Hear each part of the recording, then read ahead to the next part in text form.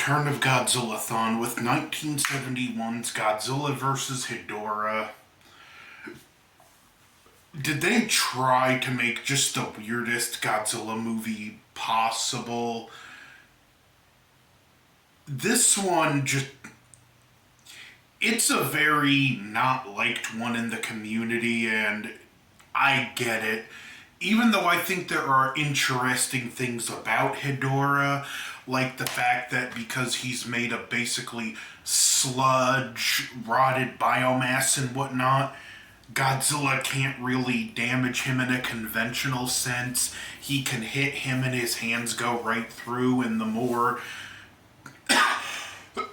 pollution Hedorah absorbs, it gets to the point where it even hurts Godzilla just to hit him. But it's not a well executed monster, and by the end, the suit is so big and bulky, there's not a lot the suit actor can do.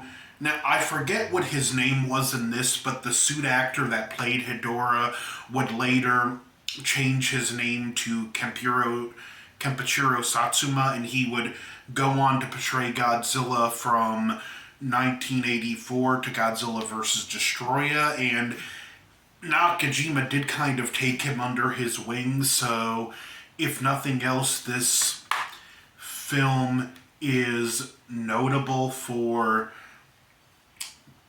Satsuma getting into voice acting, but it's not very good. It's just very weird. You get these weird animated sequences sprinkled throughout. You get these news sequences, and why is there a baby placed in all this mess? Who okayed that? There's random narration, some of which from the point of view of this kid, and it just constantly beats you over the head with the environmental message to the point where it gets obnoxious. There are interesting things, or at least entertaining things in this movie, and although I think the concept of a monster comprised of sludge and rotted biomass is interesting, I don't think it was handled in the best way. Another weird shot in the movie is this one here where Hedorah flies into this construction site. You hear the construction workers scream, and then he silently passes through the frame of the building, and with no sound, we just see it fall apart. I will also say I like that Hedorah is such a threat, and he winds up producing so much pollution that it's lethal for him just to fly over you. So it's they had some good things, but overall the movie is just, it's a little too weird and just too on the nose with the environmental message. Also, why did the main character, the kid, his parents, let him go to this bonfire at night with these two clearly irresponsible teenagers, especially when they know there's a super toxic monster on the loose? That's a scene towards the end of the movie. Honestly, this one I don't even have a lot to say about. I'm kind of just rambling, but really, for as just weird and out there as this one is, there's just not a whole lot I find to talk about on it. Even the final battle, it's kind of like the military and Godzilla kind of working together, and they set up these electrodes because they find out that neutralizes something in Hedorah that makes it possible to kill him, but the power gets knocked out, they can't get it back up, a fuse blows, and what Godzilla does to get the electrodes to work, he hits one with his atomic breath, which would normally destroy it, but for some reason in this one, it charges the electro, which weakens Hedorah, and Godzilla flies in this one.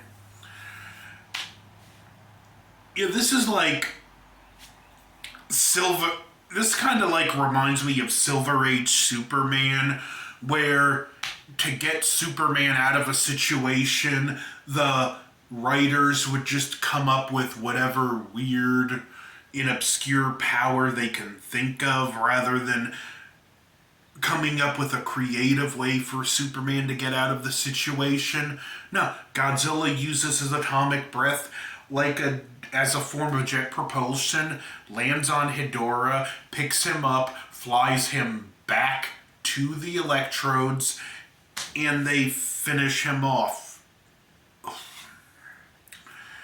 I will say one scene I do really like is early on in the film because this is a very horror scene. The main character goes diving, goes with his father who's going diving, and he's like looking for shellfish. He sees Hedorah hop out of the water and he holds his knife up, which like cuts into it because it's not solid matter, it doesn't do anything. And then his father encounters it underwater, and there's a scene with him just uncomfortably calling for him, only to see later on that his father's like horribly scarred and he's pretty much bedbound for the rest of the movie. And even the kid, like, his hand is damaged from where it was close to Hedorah. I kind of wish they would have leaned more into that horror aspect because there's like other scenes in it where after Godzilla first shows up, we see this room where these guys are playing mahjong, and as Godzilla's swinging Hedorah around, bits of it keep flying everywhere, and one bit breaks through the window and kills them all instantly. But that's counteracted with a scene later where at this nightclub where this guy's tripping and sees everyone with fish heads. Yeah, that's a thing that happens in this movie. A bit of the Hedorah starts going down the stairs, terrifying everyone, in a good scene here, if I admit, but it actually pulls back at the last minute and I guess gets called back to the main body or whatever. It's kind of like John Carpenter's Thing in that way, where every bit of this monster is its own creature. So, again, it has some interesting things here, but keep in mind that that sludge killed the guys playing mahjong instantly. We see Hedorah ran over a cat and the cat's still alive, so can it choose what it is and isn't toxic to?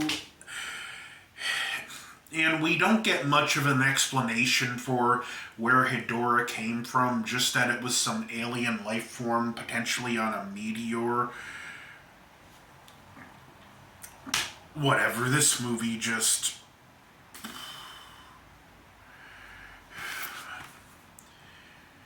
This is definitely one of the lower tier Godzilla movies. I mean, like I said, I don't got much more to say on it. I think this film overall was just wasted potential. And I hate saying that because there are some good ideas in here, but Godzilla vs. Hedorah for me is just a big swing and a miss. But next, for the return of Godzillathon, we will be back with the film that I actually find more fun, Godzilla vs. Gigan. So don't forget to like, share, comment, subscribe. Over and out.